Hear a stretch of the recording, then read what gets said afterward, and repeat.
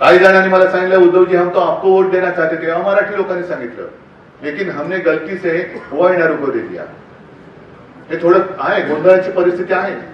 एक तर मशाल आपण स्वतः एक चित्र केले ते निवडणूक आयोगाकडे दिले आणि त्यांना विनंती केली की जसं पूर्वी आम्ही धनुष्यबाण जे चिन्ह आहे त्याचं चित्र आम्ही तुम्हाला करून दिलं होतं आणि तुम्ही आम्हाला ते मान्य करून दिलं होतं, तसं आमच्या मशालीचं चित्र सुद्धा तुम्ही आम्हाला मान्य करून द्या आणि मशालीशी साधर्म्य असणाऱ्या मग चिमणी असेल आणखीन काही असेल त्या निशाण्या तुम्ही मतपत्रिकेवरती ठेवू नका, ही विनंती आपण त्याने केली. बघू काय होईल, त्याचा पण निकाल 60-65 वर्षात लागेल. पण तोपर्यंत आपली मशाल जी आहे ती घरोघरी पोहोचलीच पाहिजे.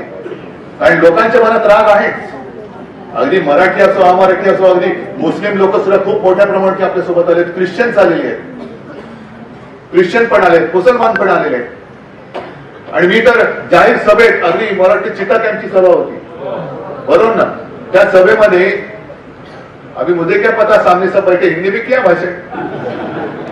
अचानक मला कारण समोर जी गर्दी होती जिथपर्यंत नजर जात होती तिथपर्यंत सगळी गर्दीच गर्दी, घरं दारं सगळी फुटपाथ तर भरलेच होते, सगळी गर्दी. आणि त्याच्यात मला कळलं की 90% जास्त वस्ती ही इथे मुस्लिम बांधवांची, मुस्लिम समाजाची. मग मी त्यांना सरळ विचारलं आपको लगता है की मैंने हिंदुत्व छोड़ा. सगळ्यांनी सांगितलं नाही. मग मी त्यांना सांगितलं क्या मेरा हिंदुत्व आपको मंजूर है या नहीं. सगळे म्हणाले हो. याचं कारण आपलं हिंदुत्व हे वेगळं आहे आणि यांचं हिंदुत्व. तर या संदर्भात आपण अधिकची अपडेट घेऊयात आमच्या प्रतिनिधी वैदेही घाणेकर यांच्याकडून. वैदेही, आपण बघू शकतोय विधानसभेसाठी थेट आव्हानच आता ठाकरेंनी मोदींना दिलेलं आहे. सविस्तर अपडेट या संदर्भातली.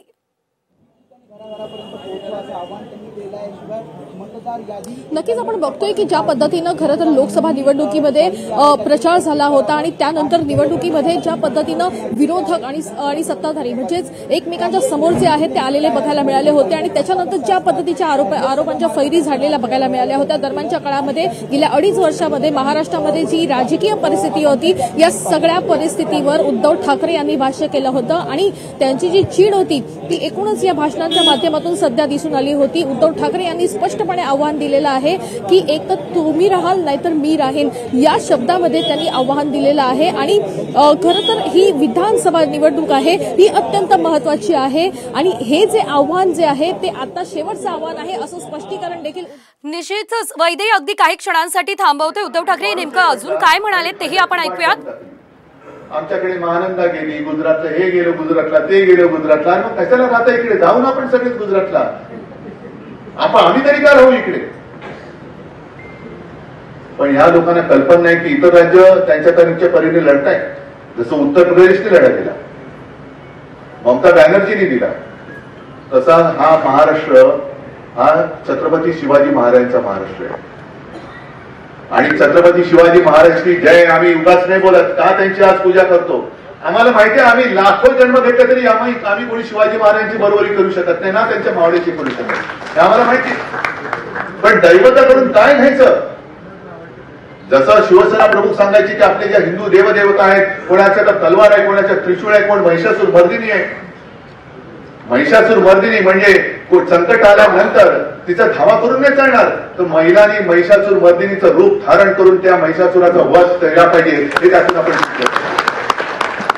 आणि त्याचप्रमाणे छत्रपती शिवाजी महाराज, मिर्झाराजे जयसिंग, पुन्हा आपल्यातलाच गद्दार, प्रचंड सैन्य घेऊन चालून आला. अनेक किल्ले गड किल्ले महाराजांना शेवटी शरणागती पत्करावी लागली. पण एवढा रेटा प्रचंड होता की इलाज नव्हता. कारण त्याला माहिती होतं मिर्झाराजेला की या राजाचा जीव हा नुसता राज्यामध्ये नाहीये तर त्याच्या रयतेमध्ये, त्याच्या जनतेमध्ये आहे. म्हणून त्यांनी कत्तल सुरू केली. आणि कत्तल सुरू केल्यानंतर महाराज म्हणाले की हे अवघड आहे, जर माझी माणसंच मारली जाणार असतील तर मी तरी काय करू. म्हणून महाराज गेले त्याच्याकडे, तिथून आग्र्याला गेले आणि नंतर सुटका करून घेऊन, माफीपत्र वगैरे नाही, सुटका करून घेऊन महाराजांनी स्वराज्य औरंगजेबाच्या नाकावर टिचून स्थापन करून दाखवलं. सगळं गेलं होतं, गड किल्ले, स्वराज्य, कसलं स्वराज्य, स्वराज्याचं स्वप्न उद्ध्वस्त झालं होतं.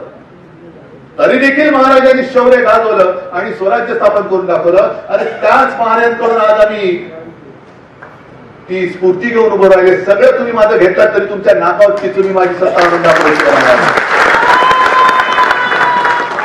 तर आणि तरच अभिमानाने आम्ही सांगू की होय आम्ही बाळासाहेबांची शिवसैनिक आहोत आणि छत्रपती शिवाजी महाराजांचे आम्ही पुजारी आहोत. हे आम्ही या लोकांना गाडून दाखवून दिल्याशिवाय राहणार नाही. ही शपथ घेऊन तुम्ही निघा तर आणि तरच आपल्या आयुष्याला अर्थ आहे. नाहीतर जसे प्रवाहपतीत होऊन ओंडके वाहत जातात त्या ओंडक्यावरती कधी बेडूक बसतात तशी सगळी बेडक म्हणजे काही नेते नाहीये. नेता तोच असतो जो प्रवाह अडून दाखवतो आणि प्रवाह उलटा फिरून दाखवतो. मी प्रवाह उलटा फिरून दाखवतो.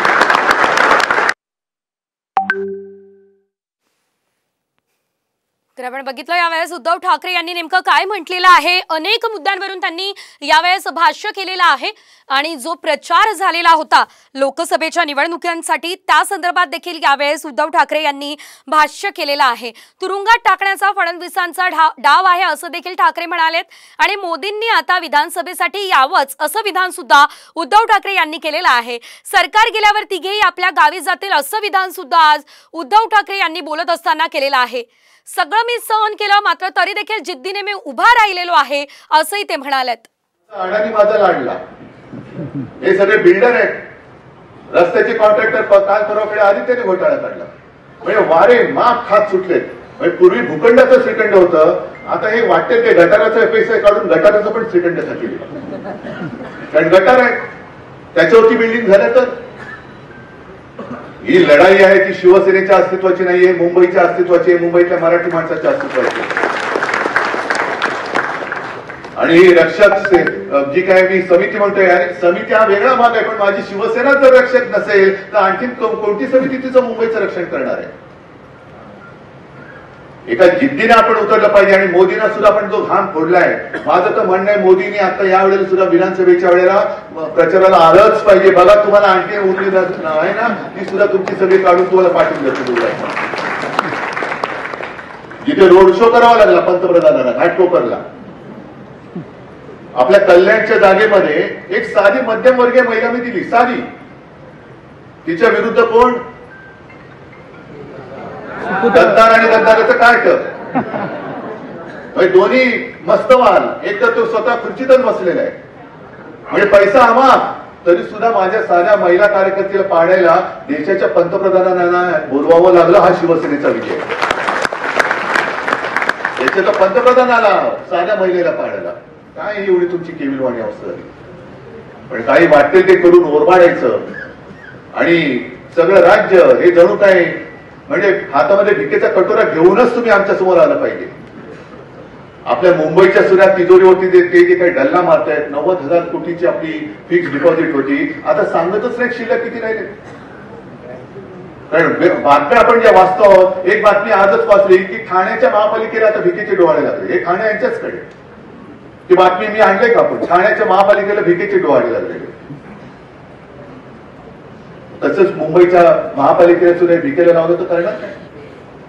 मेट्रो हा प्रोजेक्ट हा राज्य सरकार आणि केंद्राचा आहे महापालिकेचा तसा संबंध नाहीये.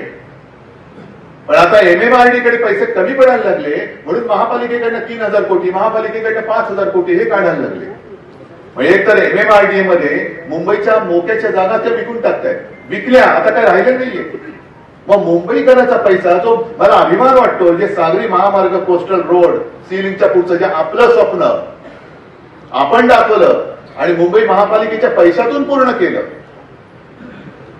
आता हे पुढचे जे काय करतायत ते सगळे MMRDA MSRDC म्हणजे सगळे यांच्या मिंद्याच्या खिशातले सगळी आणि त्याच्यासाठी मुंबई महापालिका ते विकायला लावत. तरीही नव्हतं 2.5 वर्ष होत आली मुंबई महापालिकेवरती प्रशासक आहे. मुंबई महापालिकेचा विकास आता दिल्लीच्या नीती आयोगाच्या मार्फत केला जाणार आहे याच्यावरती काल विरोधी पक्षाच्या मुख्यमंत्र्यांनी बहिष्कार टाकला. काय गरज काय नीती आयोग तुम्हाला इतरत्र तुम्ही वापरा. MMRDचे सुद्धा आता मुंबईत गरज काय. आणि म्हणून मी जे काय म्हणतो जसं धारावीच्या टेंडर बद्दल बोलतो तसं आपली सत्ता आल्यानंतर MMRDA सुद्धा मी रद्द केल्याशिवाय राहणार नाही. याचा मुंबईच्या हद्दीबाहेरचा माझी महापालिका समर्थ आहे आणि माझ्या महापालिकेच्या तिजोरीला म्हणजे माझ्या कष्ट करून कर भरणाऱ्या मुंबईकरांच्या खिशाला जर तुम्ही नख लावणार असाल तर तुमची नख ही बोटासकट आम्ही उपटून टाकतो. बोटासकट उपटून टाकतो.